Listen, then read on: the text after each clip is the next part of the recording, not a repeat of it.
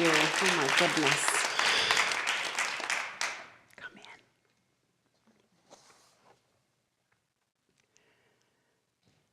I'm a revolutionary in disguise. What you see with your eyes is always only half the prize. Don't write me off quite yet. I've never worn a sweater set, but even if I did, just because I have 2 kids and drive a sensible car does not mean I am not on fire with desire to change the world. My wild child, who lives just beneath my skin, well, she's something. She's got a nose ring and a tattoo on her back. And her hair is a mane and a mess. But beyond all that, what we look like chat, she loves away all the spaces in between, where we feel our indignation, where we feel our separation. She is keen on eyes and loves to stay there locked in and let everything that isn't love grow thin. Her revolution is an evolution of the heart. It's a start just to say, hello, love, to take what has fallen apart and weave it into connection, shedding protection, creating a collection of moments of resurrection, breathing life back in, reminding ourselves we are not the walking dead, we are waking love. We are waking up, and we are all revolutionaries in disguise. What goes on behind those eyes? We're just a lot of love, waiting to give it all, waiting for some kind of permission to be that raw. Well, here it is. Here it is. Here it is. Be the first to claim the prize for loving the most from behind those eyes.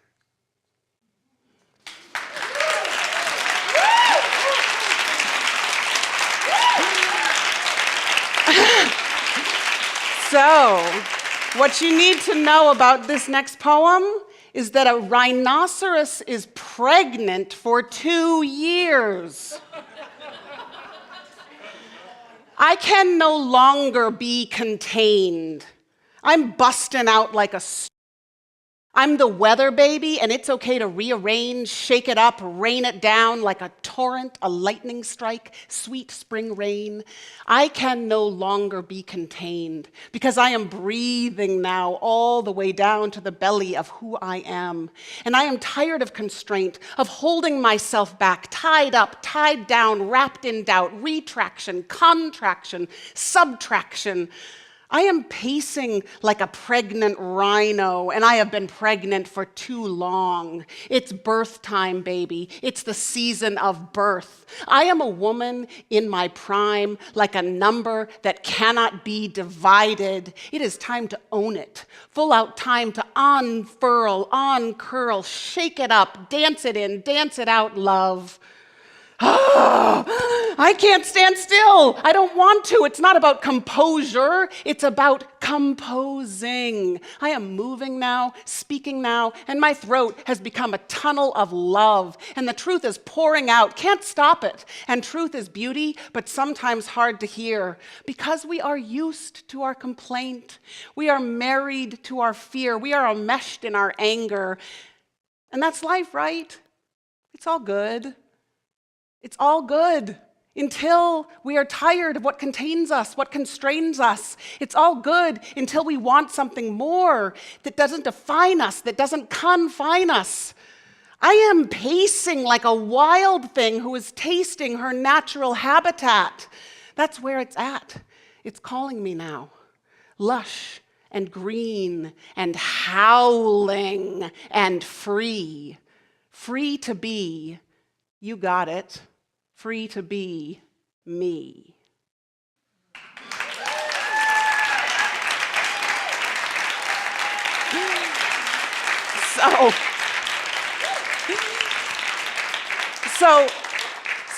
So neither of those are in the book.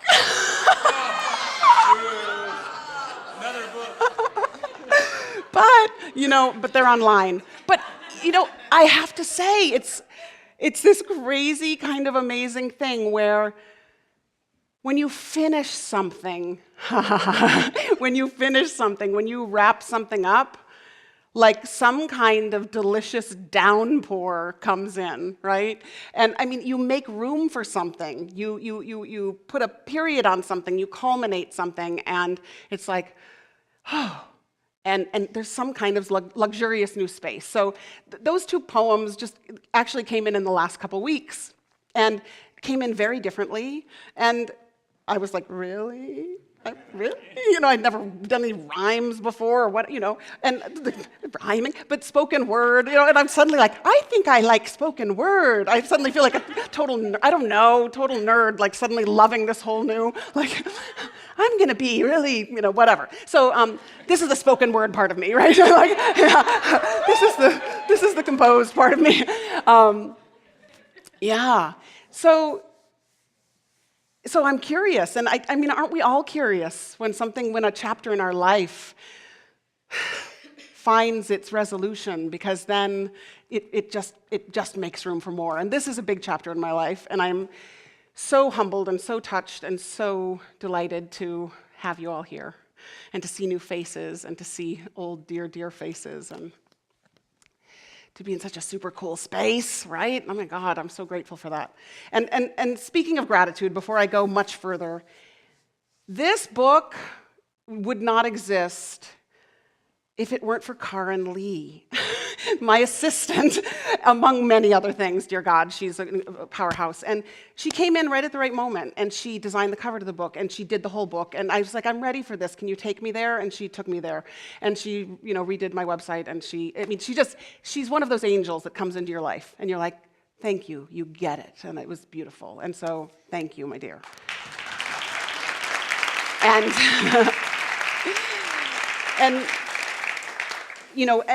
And also, speaking of angels, gosh, aren't we all grateful for our teachers? Aren't we all grateful that we have teachers in life, right? And one of my dear teachers, this book has taken, by the way, 12 years to finish, okay? 12 years. 12 years. And the relationship with one of my dearest teachers has been about 12 years, and so this is also and I'm working with her intensively again right now, and it's like this lovely culminating thing. But Sophia Diaz, I would say so many of the seeds of this poetry come from just listening to her speak and just being with her, and like feeling my heart open around her, and so deep gratitude for her. And Bruce Gelfand, who is my writing teacher and colleague and friend, and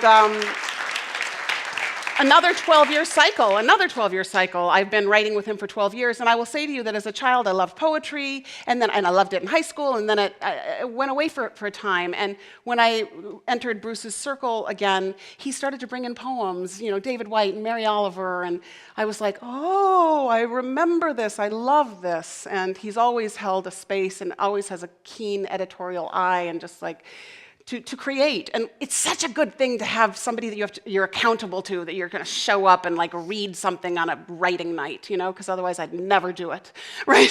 It's just like somehow it's beautiful to have a supportive circle. So, dear Bruce. And my husband, I have to, who introduced me, who insisted, he said, I will introduce you. And I just want to say, we've been together for 18 years, and that's a long time, and he has always said yes. He has always said, go do that crazy thing. You must do that wild idea. Go take your time. Go be creative. And there's no way that any of this would be here without you, love. So thank you. Yeah.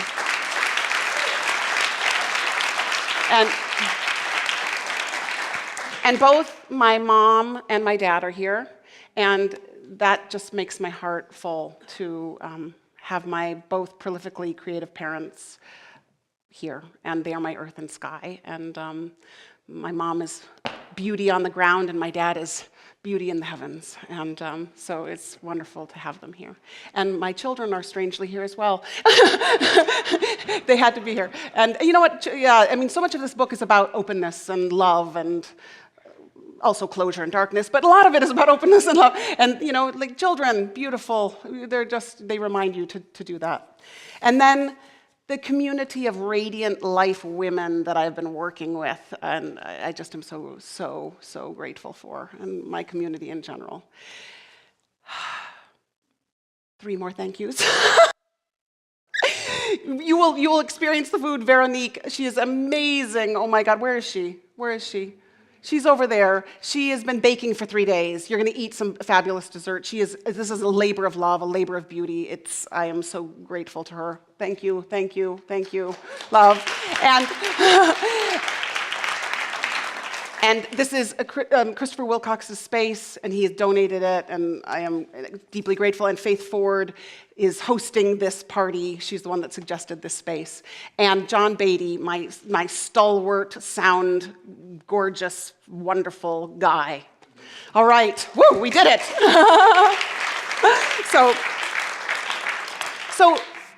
And welcome to the online audience. Hello, the live streaming audience, yay.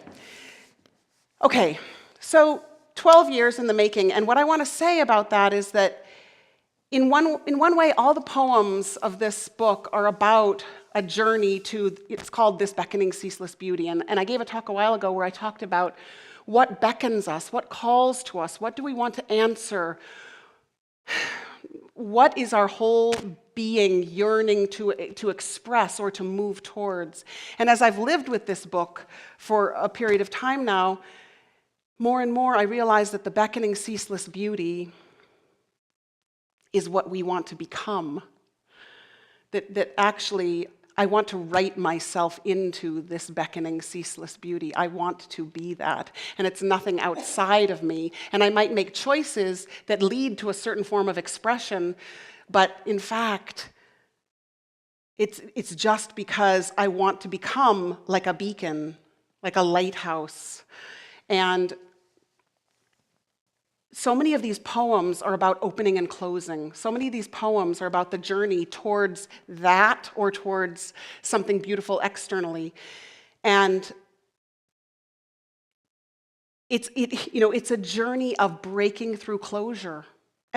All the poems in this book are like, I'm either here or I'm ecstatically here, and how do you get from here to here? And if I'm here too much, it's just not very realistic, right? But it's something about how do I bust through how do we bust through fear, grief, anger to the places of openness, to the places of radiance, to the places where we're ecstatically alive. And I think that, Sophia, my teacher, was talking the other day, like we're the only species, or we're the only living creatures walking the earth that have the liberty to close. Like if a wild animal, if they close, they die, right? And so interesting. So we're the only ones that can be like, oh, I'm having a terrible day. But if I was a wild animal, I'd be like, and now I'm eaten. It would just be like, so there's something about finding this place of allowing ourselves that place, and then also allowing the simplicity, how simple it is to transition to here, because sometimes it's crazy simple. I mean, sometimes it's not, but a lot of times it's crazy simple, and sometimes, some of these poems are just about a realignment, an awareness, of bringing yourself back to a breath in the heart that can change everything. So, and in some ways, this is a journey of 12 years, and in some ways, this whole journey can occur in a day. You open and close, and you open and close. The other morning, I got up at 5:30, and I was like, I'm going to sit up in bed, and I'm going to have my notebook, and I'm going to write what I'm going to talk about. And I'm so up early and virtuous, and it'll be a very clear download. And Dylan woke up, and he was like, Mommy! And he came in, and he was like, jumped on the bed, and he was like, Mommy, Mommy, Mommy, I love you, I love you, I love you, I love you. And he was kissing me all over, and I was like, but I am meant to be writing this talk. And I was like, I love you too, and I was just in this place of and this love is all over my being, just, and finally I'm like, oh, okay, this is what it's all about anyway, right? I mean, just to receive that. So we cuddled. And then, just an hour later, I was eating, was it a hatcha persimmon that my friend Jules, haicha persimmon that my friend Jules gave me. Soft, have you ever had a haicha persimmon? I'd never had. Soft, pulpy. You cut off the top, you put a spoon in, And it's like, oh. And I mean, I was literally sitting there going like, this is the best moment I've had in a long time. I mean, just like this deliciously ecstatic experience of eating. And, these are the things we have to appreciate. That's open. That's like, thank you for life touching me. So, okay. So let's just, I just want to read you a few of these. And I think that the gift, if one of the gifts, if they're in this book, is that what I like to do is write myself from total closure to at least this, and maybe this, and then maybe this, but at least. So I like to find my way through, and I think it's like, well, what's the first step that I can take? So the first poem I want to read is like one of my golden oldies. I call it. I wonder if I should read it out of the book. I don't think so. I'm going to read it here. But it's one of my golden oldies. It's the oldest poem in this set, and it is the most stuck. It is called "Stuck in Sad Time," and it was 12 years ago probably that this happened, maybe even longer. But I wrote it 12 years ago, and you'll just hear what it was like to be stuck in sad time. To begin, I am sad. It is a small sorrow in a great world, but fills this moment entirely. Do not tell a soul. This sadness can be carried quietly.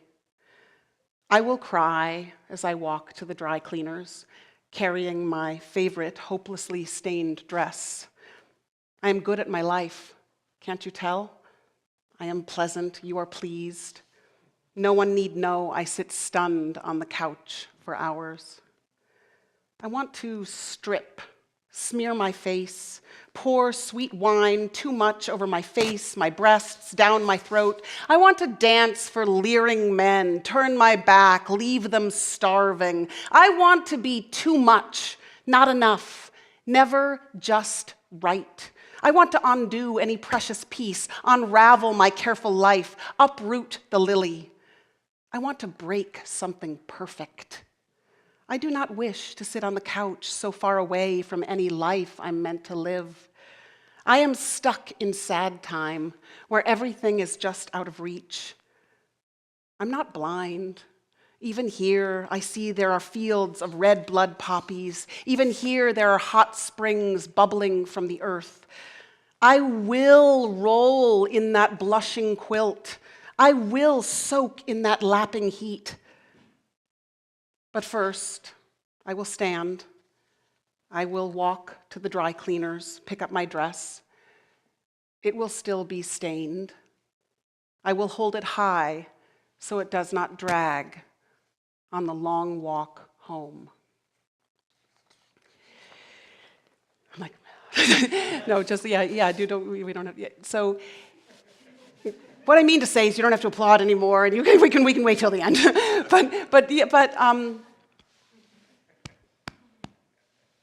So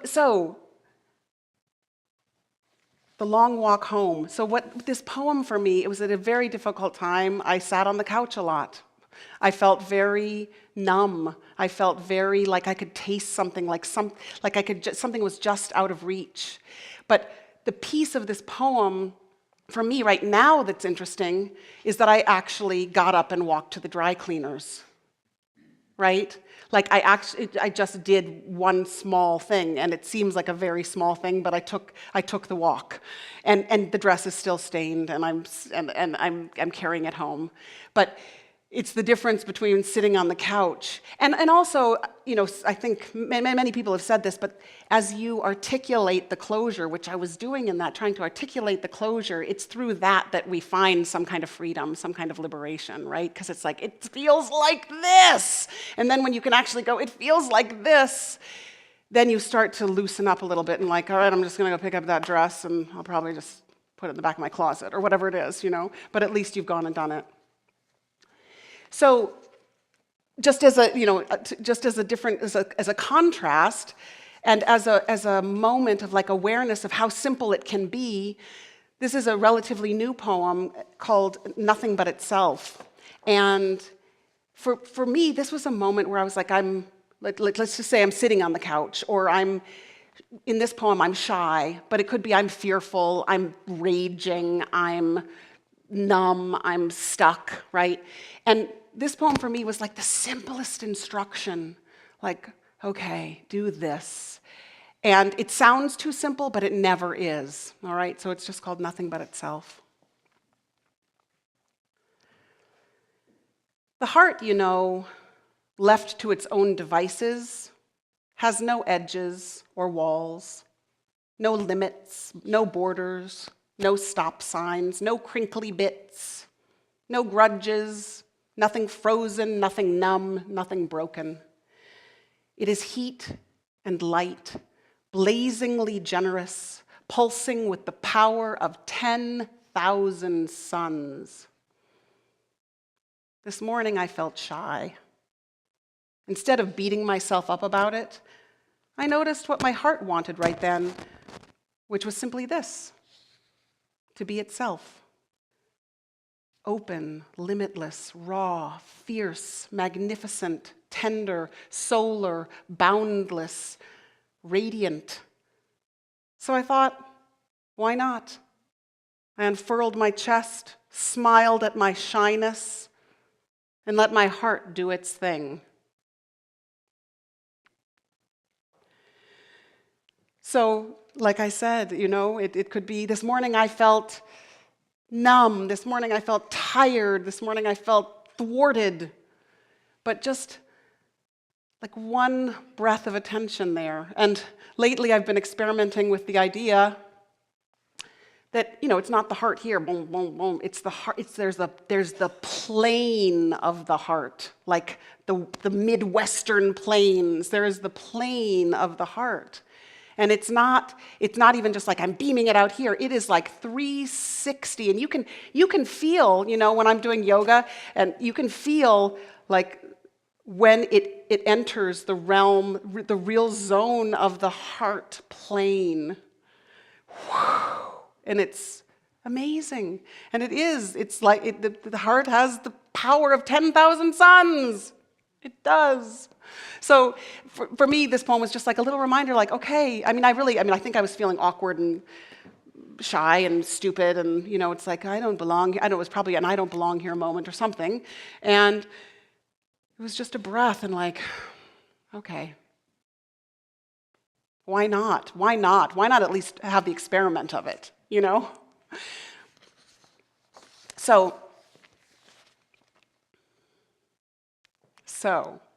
the poem, the book is called This Beckoning, Ceaseless Beauty, and it's called This Beckoning, Ceaseless Beauty because when it came time to name the book, I was like, what am I going to name the book? And I scribbled all these things all over the book, I think, and they were not good, and too on the nose or something.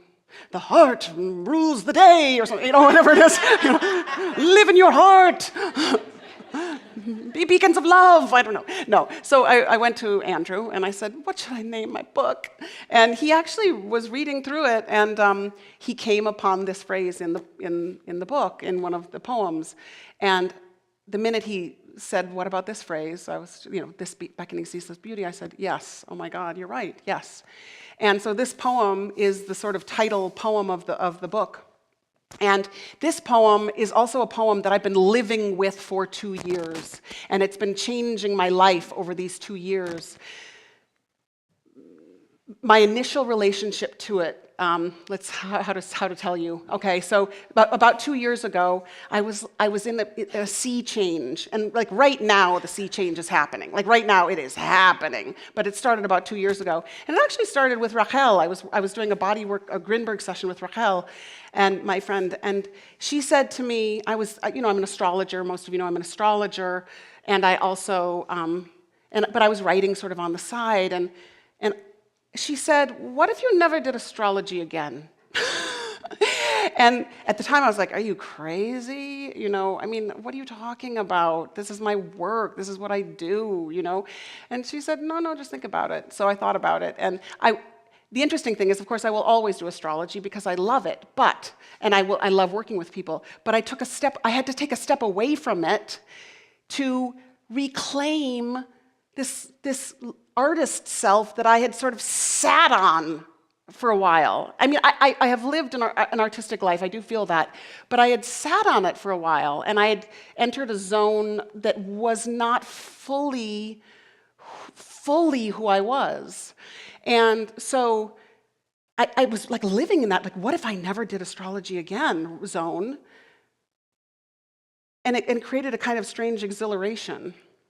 So I put it down for it. I mean, I'd never stopped doing charts, but I sort of put it, and I never really stopped, but no, when you do that thing with your head, and you're like, well, what if I didn't? So, you get what I'm saying. So I started writing more, and then like about a year ago at a workshop, I decided to introduce myself. You know how we introduce ourselves, it's so hard, right? Like, well, I sort of do this, I do that. I decided to introduce myself as a poet, and I was like, I'm a poet. But I also do astrology. I do astrology. Let me tell you about your time. You know, and it's really weird midlife to name yourself something else. Because you get so good at being like, this is what I've done for 25 years, and I can tell you all about yourself, blah, blah. But it's really weird to change it. I'm a poet. You know, but so and then I was like an astrologer poet, you know, and then anyway, it really brought up a lot of stuff. It really did at this workshop, but I stayed with it, and I've been living more and more into that. And what I'm finding, of course, is that it's a ever-changing thing. None of us one thing. We are all this lovely dance of things, and at any given time, part of you steps forward, and today I'm a teacher, now I'm a poet, now I'm an astrologer, now I'm a mama. It's like that. So to become more easeful with that is, I think, what it's about. But I think we all have to, I think there was a moment where I said it out loud. So this poem for all of you is like, what did you say? What is the moment where you said, I never will do that again, or I must do that, or I have to give this up, or the buck stops here. It's the moment when you say it and you cannot take it back. It's terrifying and exhilarating. Okay, it's called Home. When it was done, when words were spoken that cannot be unsaid, the silence kissed my eyes and mouth and whispered into the cave of my heart. All my life, I'd heard the joyous music in a village just around the bend, though the music was wild and free and insistent, and though my heart stirred from the strains I could dimly hear, I never chose to go. There was work to be done after all. But after all, when there was nothing left to do but walk in the last blazes of the sun from all that was familiar, I opened my eyes, freshly kissed, and in wordless wonder followed this beckoning, ceaseless beauty home.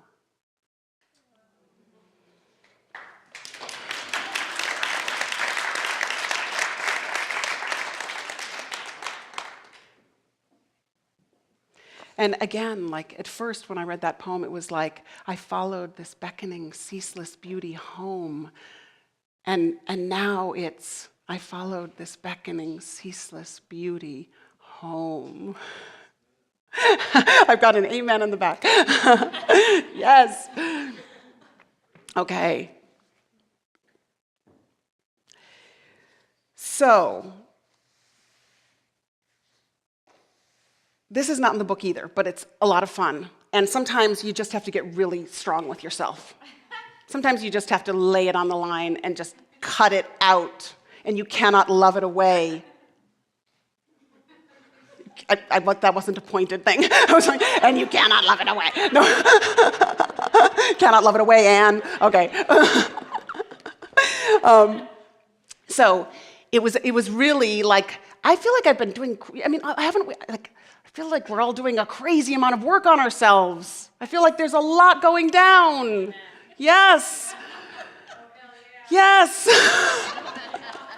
I mean, I look out here and I'm like, oh yes, oh yes, oh yeah, oh yes, oh yeah. I mean, we're doing a lot of work on ourselves, and there's a lot that we are like wrestling with, and I feel like I'm just like shedding skins, and I feel like I'm being electrified, and I feel like it's like I'm being asked to like bring it on in a whole different way and let go in a whole different way and all of that.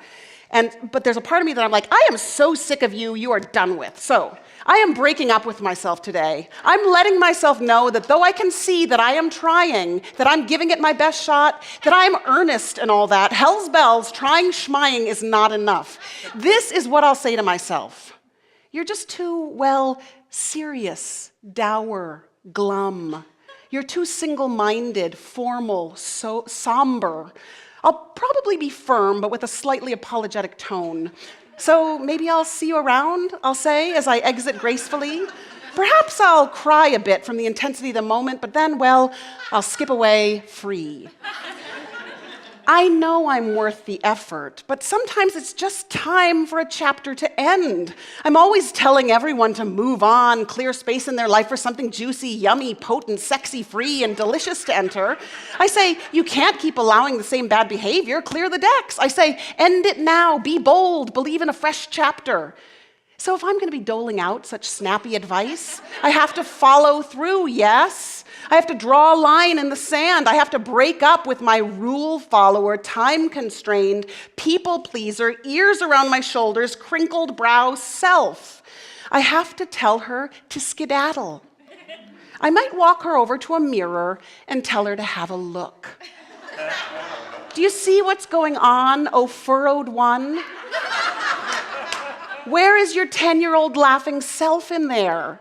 She has hightailed it up and vanished. I know the mirror business is somewhat dramatic, but sometimes you just have to tell it like it is. I know that the broken up with me part might feel sad for a time, might eat too much sugar or drink too much wine, but I suspect she will eventually chill out and explore some new ways to live. She might have to go from this sucks to I don't want to stay in this pit to maybe some things have to change to wow, this feels good to I'm actually change is freedom, baby. Who knows? Maybe our paths will cross again down the line and it could all be very, very good. Meanwhile, it just has to happen. I'm saying goodbye to my sourpuss self. I'm making room for something else. I'm listening to some new music and will let my body move like water. I'll take a few long, directionless walks. My backyard hammock has been gone too long.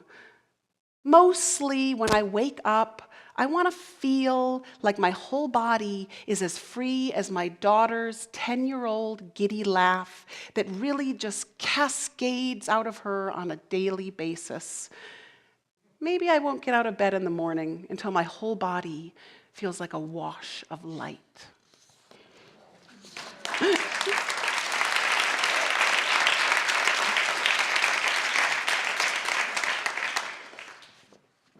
Yeah. Don't we all have to do that sometimes? Just break it on up. And it actually really worked. I got strict with myself for a while. So I want to just read you a few more, and then we'll have some dessert and wine and such. But this one is called Write a Poem, appropriately. And this one I love because it's the beauty of how a family can support creativity. I don't know, even maybe sometimes without knowing it. But this is one where here's what it is. It's like, I'm all dour and glum and depressed. And in this instant, I could not get myself out of it. But Andrew had a great idea, right? And it was like it was a sort of a saving grace. And the book, by the way, is divided up into 4 chapters. It's divided up into thresholds, ripening, come in, and saving graces. And to me, like thresholds, it's like I was talking about, like I want to go through there. I want this. I can see the other side. I can feel the threshold in my body. And this desire for something new within and that desire for something new without. So that's the thresholds. And then the ripening part is like sometimes you have to just stand outside the threshold and ripen for a while, and you just have to let it happen. And you're ripening and you're ripening, and you're still aware of the threshold, and you're still aware that you can cross over, but there's something juicy going on. And then there's the come in part, which is like either, I don't know, for me, come in is just like, I'm just going to let it all down and just float across, or I'm just going to surrender to something larger than me, or it's an incredible invitation. But the saving graces part, the fourth part, is really like, who are your saving graces? Like, what is the goodness? What is the grace that comes into your life to help you cross that threshold? And, it can be a threshold every day. It's not some big threshold. It can be like, I want to have a happy day, or I want to have a day that I feel free. I mean, that's a threshold too. And the Saving Graces chapter is just all about the beings in your life, the friends, the lovers, the community that just holds you and that you can feel such gratitude for. So, in this instance, Andrew was so definitely a saving grace. I am listless in the living room. The hours stretch until bed, an interstate on a huge fold-out map. The kids are wrestling. My husband has a deadline. I am unhinged, morose, ripe with self-criticism. As half joke, half plea, I say to my husband, I need some masculine guidance. Write a poem, he says. You have 15 minutes. I'm starting the timer now. Go. I didn't really expect an answer. He shoos me to the bedroom as I grab my book and ballpoint, closes the door. I sit in the blue chair we've had since Kate was born. It's covered in socks with no mates, a swimsuit, and the jeans I wore yesterday. The bed is unmade. I open my book, write 3 words, scratch them out, look out the window. Now the kids are taking a bath. My husband washes the dishes. Dylan calls for me, but his need is quickly answered.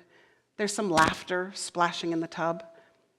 I should help dry the dishes, get the kids in pajamas, clean this room. I start again, a new page, a few lines this time. Now Kate is playing the piano, Dylan is brushing his teeth, Andrew is drying a final dish. They all seem to be singing to one another, far away, but oh so close. I feel good quite suddenly, nestled in the thick of things, scribbling on the page. Time's up, my husband calls, an end if I want one, but I don't. Their voices touch my pen, and I'm falling into some kind of wholeness. I look at my hand, my wrist, my lungs expanding. I see my pen on the page, a page now full. I feel the contours of my body, my very grateful body, come gently into focus. So that, thank you. So that is, gosh, that is a saving grace. And I did, it was 15 minutes. Bruce always says, see what you did in 15 minutes? It was 15 minutes, and I changed the whole texture of how I felt, and I had written a poem, and I was out of this glum place. And so, I mean, it's just this immediacy of how quickly, like you can, I've probably told this story before, but like I just want to say, like when I met Andrew, my parents both came to visit, and I was taking a walk with my dad, and I said, do you think it's possible to fall in love in a week? He said, I think it's possible to fall in love overnight.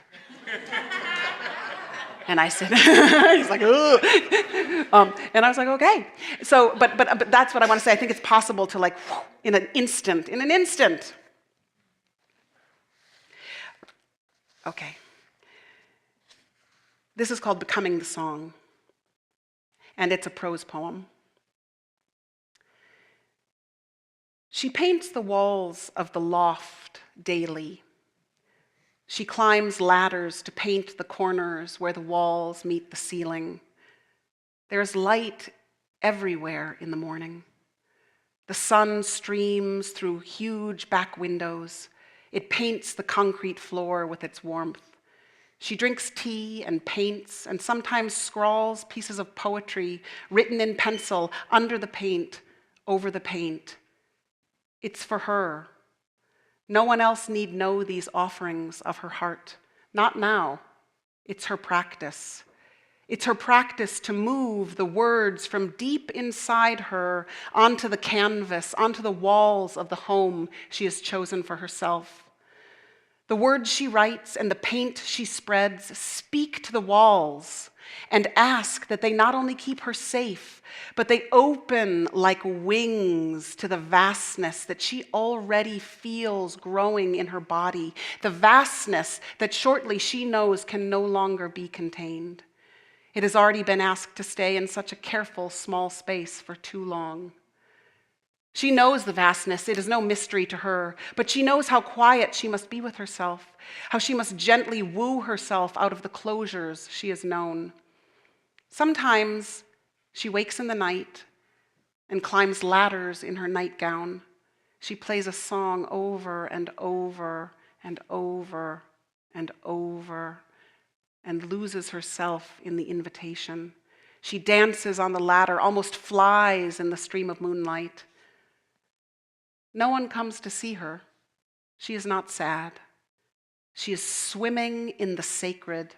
Her pencil wears down to a stub, and soon she chooses charcoal. There's no hiding what she has to say now, and she's ready for it to be seen, first by her eyes, until her whole body can celebrate the self she sees around her, until her whole body says yes to what she creates. Then she already knows she'll open the door, the walls will fall away, she'll keep playing the song, and it will somehow lift her out into the street, her own little universe of self, and her skin will be the walls she has painted, and the poems will fall from her lips, and her feet will leave wet footprints like she just walked out of a vast ocean of fluid self and decided she was ready for a concrete walk down the block. She'll meet the eyes of everyone she passes with her simple gaze, a gaze that offers the stars and the yes and the tears and the breaking free and the closures falling like sparkler magic all around her feet. She won't go home because she has become it. She will walk now. She will walk on. The music will play. Her heart will beat the rhythm of the song she has become.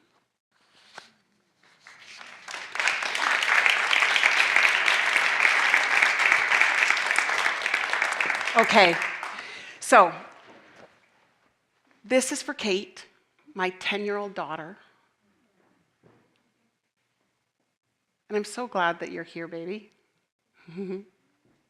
I'm so glad you're here, Dylan. And I just think it's, I hope you have a little flash memory of this in like 40 years.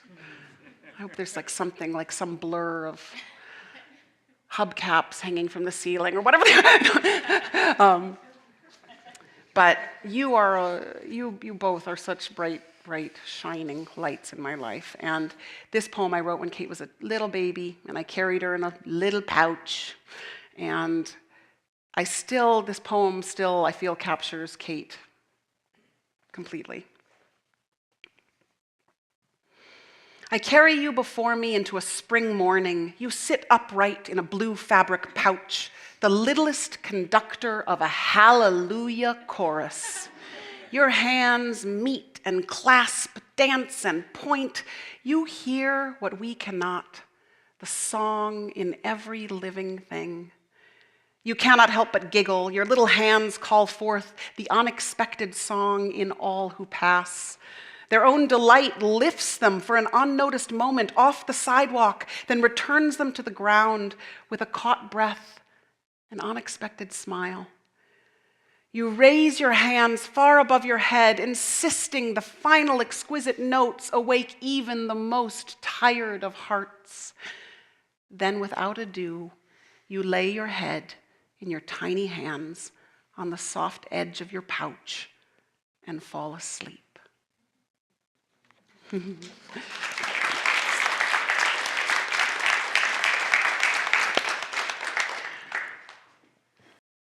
Mwah. Isn't it true that, like, when you're walking towards a mama carrying a baby, actually, as the mama, it's like the most miraculous thing because you're like, oh, hi, but they're just so, it's the baby, of course, but you're getting all the love, but you just see what this pure being of love is evoking in even the most tired of hearts. It's just yummy, yeah. Okay, I'm going to read you one more poem, my dears, and then we'll have some yumminess. This poem I wrote in the backyard of, it was during a writing workshop. It was all day. And it's a poem that I also have been living with for a long time because it came as a download. It was just like, and it needed to be written. And it came almost entirely like without any editing. It was like some kind of like, listen to this and try to live it, right? And I offer it to you because God, we are all on these gorgeous creative journeys, and we are all looking around going, I suck, I'm not far enough along, I need to be further, the inner monologues are intense, they're intense. And, if only we could hear them all, yeah. So, if anything, it's like, be like gentle with the process. It can take 12 years, but then it feels really good. So, and for me, it's like, it's not a linear thing. Like, it doesn't just have to be, I'm here and I need to get there. It's like, it's a spiral thing, or I don't know, or it's a moment where you're not there, you're not there, you're not there, you're not there, and it's like, I'm here. So this poem is called I'm Planting a Garden. And you'll hear in the first one, my mother always brought me plants to college, and I killed them all. and even now, she's like, you've overwatered this plant. I do kill them all, and she has such a good green thumb, but oh well, okay. It's something I'll work on. I'm planting a garden. I, who have managed to let die most every green thing to cross my path, am planting a garden. I'll admit I may be starving for the metaphor, but let's just say I'm hungry for lush green, ripe goodness, and plenty of it. I'm surely not aware what it will take, but will share with you now what I do know, so we are all certain I gave it my best shot. I imagine it must go something like this. Choose good ground, ground that invites you. Even if it appears empty, know full well it is not, nor ever has been. Soften the soil, mix it up, let it run through your fingers. Give that earth some air so it welcomes what you wish to plant. I was going to say plant the seed, but already I'm getting ahead of myself. Choose it first. Choose with care. You can scatter random seeds without thought, but that's not the garden you're planting now. What bounty is your whole body yearning to receive? Choose it. Remember that sometimes it looks like what it will become, and sometimes not. Then yes, plant it. Plant the tiny seed. Note that you will never see that seed again in such a potent form. Trust enough to let the ground swallow it. Cover it up with a wish or a prayer or your fingers crossed. Pat it with firm hands. Acknowledge the sun and welcome it. Moisten the earth with a hose or tears or dance the dance of rain. And then wait and listen and listen and wait. Keep it company with a song or children playing in the sprinkler, with hammock Sundays, with a few good poems. Listen just for kicks for the seed cracking open. Feel for the texture of life unfolding. Try to catch the uncatchable moment when green bursts through silent earth. And then can you do this? Welcome innocence, welcome fragility, welcome awe. Don't know what to do, but do it anyway. Guard growth like a fierce mama bear. Avoid excessive exposure to unrelenting heat. Offer shade with the fullness of your quiet body. Avoid deluge. Nourish with drops. Wait and listen. Wait and listen. Because here's where it's easy to blow it. Don't get distracted with the full, fecund farmer's basket of plenty spilling out endless bounty ready for consumption. Just be curious about your babies. Curious in a way that those that lift us most ask us questions, questions that touch the seedling of our strength and allow it to sing to the sun. I'd say absolutely expect blossoming, outrageous blossoming, all in good time. But remember the all in good time part. Time is good. It grows things, it grows us. It does not run out, but runs with us, whispering, now, now, now. Have you heard Time's song? He's singing to you now. He's not counting hours, he is singing to you. And even when the seedling sprout, life insisting on life, stretches to a fullness in which most who see it say, well, look at you, so glorious, so bright, so full. How did you do it? How are you doing it? Just keep it up, up, up. Don't go there. Run with time freely and joyously. Breathe in these moments of strength. Don't draw any conclusions. Don't get distracted. Don't assume that now is the time to push for the prize. Now is the time to sit with the growing beauty, to sit still, not knowing, to sit, still not knowing. Water and listen, and do the work, the practice of yanking the cutthroat weeds that grow swiftly and without care. Because you care deeply, but show this in the daily hours of living, not in every moment's fret. Feed what is growing, walk in sunlight, notice the breath that moves in and the breath that is released. And then, and now, wake up one morning, dear one, and run out of doors. There on this day, when you expect it least, you will find yourself standing in a garden of your own allowing. Your work, your love, your daily necessities, all woven inseparably into every thriving thing. And your blossom, dear love, full, lavish, distinct. Mwah. Thank you. Thank you. Thank you. Thank you. Mwah. Thank you.